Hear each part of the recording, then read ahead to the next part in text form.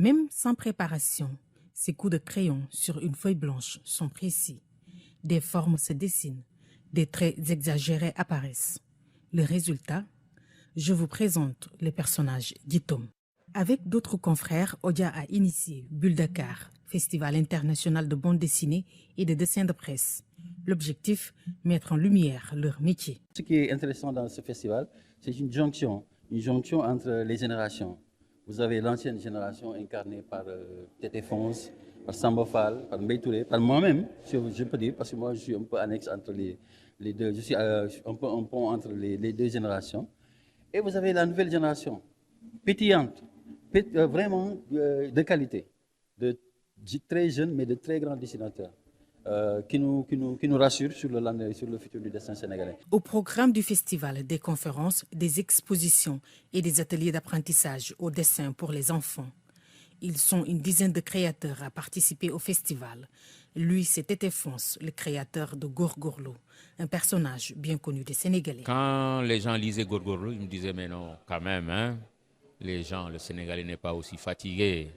Mais des années plus tard, qui plus est, aujourd'hui, beaucoup de gens n'utilisent plus un autre terme pour parler des Sénégalais, moyens, mais sinon, on dit maintenant les Gorgorlo, on l'entend dans la presse. Le métier est très peu investi par les femmes au Sénégal. Hadignan est la seule participante à Bulle Dakar. On a une sensibilité très différente de celle des hommes. Donc ce serait bien qu'on soit un peu mieux représentés et surtout apporter peut-être la BD dans un univers éducatif et montrer que c'est possible. Tourner l'information à la dérision par l'exagération des traits de caractère, c'est le travail du dessinateur de presse. Odia excelle en la matière. Il dépeint l'actualité sous un air moqueur pour un résultat subtil.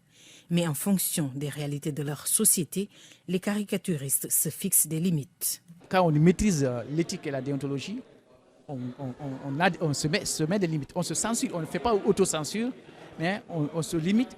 On ne se censure pas, mais on fait des limites parce qu'on ne peut pas aller. Il y a certains tabous de nos sociétés qu'on ne peut pas transgresser.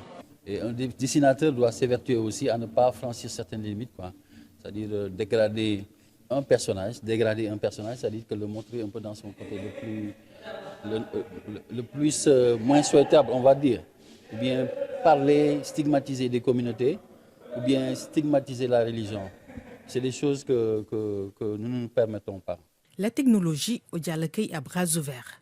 Le numérique lui permet de travailler plus vite. La caricature n'est pas sans risque. Depuis plus de 30 ans qu'il exerce le métier, Odia prend du plaisir à croquer les personnalités sénégalaises et étrangères. Il n'a jamais eu de problème à cause de ses dessins.